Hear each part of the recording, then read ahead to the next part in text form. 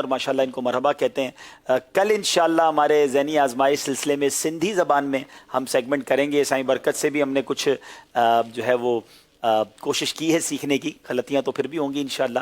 سائیں آپ کچھ کہنا چاہیں ہمارے سلسلے کے بارے میں، کچھ مدنی پھول عطا فرمانا چاہیں؟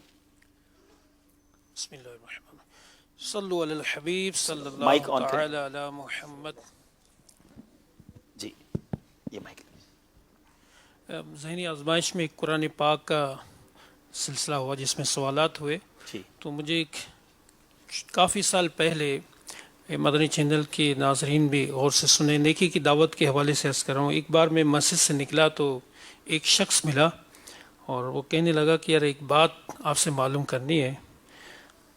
ہوا یوں کہ کافی سال پہلے میں اپنے گھر میں رکھنے کے لیے، پڑھنے کے لیے قرآن پاک مارکیٹ سے لے آیا، اور قرآن پاک میں نے اوپر ایک ایک اوپر والی جگہ پہ رکھ دیا، لیکن میری غفلت یہ ہوئی کہ کئی سال گزر گئے، میں نے قرآن پاک کو کھول کر پڑھا نہیں، اور کافی سالوں کے بعد جب میں نے ایک بار اس قرآن پاک کو نسخے کو کھولا تو میری غفلت اور میری سستی کی وجہ سے اس قرآن پاک کے اوراق کمزور ہو گئے تھے، یہاں تک کہ اس کے اندر دیمک آ گئی تھی، اور وہ اوراق قرآن پاک کے شہید ہو رہے تھے، یعنی کافی اس میں کمزور ہو گئے تھے اور شہید ہو رہے تھے۔ تو پیارے میٹھے اسلامی بھائیوں اور مدنی چینل کے ناظرین، عوام میں یہ بات عموماً پائی جاتی ہے کہ گھروں میں برکت کے لیے قرآن پاک رکھا جاتا ہے، مارکیٹ میں دکانوں پر رکھا جاتا ہے، بے شک قرآن پاک سے برکتیں حاصل ہوتی ہے، لیکن یہ کلام مجید ہے، یہ اللہ تبارک و تعالیٰ کے احکامات، رب کریم کا کلام، ہمیں اس کی حقیقی برکتیں یہ ہے کہ ہم اس کو کھولیں، اس کو پڑھیں، روزانہ تلاوت کریں۔ بلکہ امیر اہل سنت دامت برکاتہم عالیہ نے ہمیں مدنی انعامات میں یہ دیا ہے کہ کم از کم روزانہ 3 آیات ترجمہ و تفسیر کے ساتھ پڑھیں۔ ہمارے اندرون سندھ میں یہ دیکھا گیا ہے کہ دکانوں پر عموماً اوپر والے ایک لکڑی کا لگا کر اس کے اوپر قرآن پاک رکھا جاتا ہے، بلکہ یہ بھی دیکھا ہے کہ روزانہ ایک پھول والا آتا ہے، اس سے طے ہوتا ہے روزانہ وہ 1-2 پھولوں کی وہ ہار اس کے اوپر رکھ کے جاتا ہے، لیکن دیکھا یہ گیا ہے کہ کئی عرصے گزر جاتے ہیں وہ لوگ قرآن پاک کھول کر پڑھتے نہیں ہیں۔ تو آج اس حوالے سے عرض یہ ہے کہ قرآن اللہ تبارک و تعالیٰ کی پاکیزہ کلام ہے۔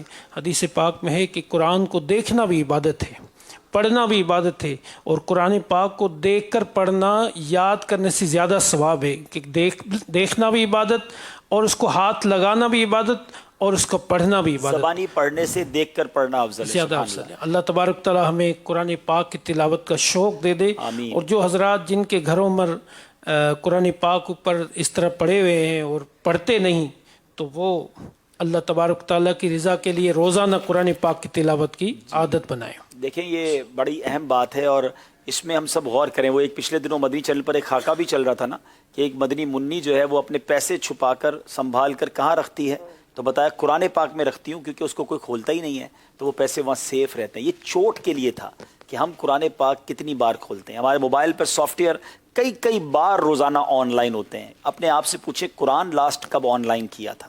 مگر یاد رہے ہم قبر میں جب جائیں گے نا، سارے سافٹ ویئر آف لائن ہو جائیں گے۔ لوگ کہیں گے یار کافی دن ہو گئے یہ آن لائن نہیں ہو رہا ہے، اس کا کوئی پیج آن لائن نہیں ہو رہا ہے، اور بعد میں پتہ چلے گا بندہ ہی آف لائن ہو گیا ہے، تو اب سافٹ ویئر آن لائن کیسے ہوں گے؟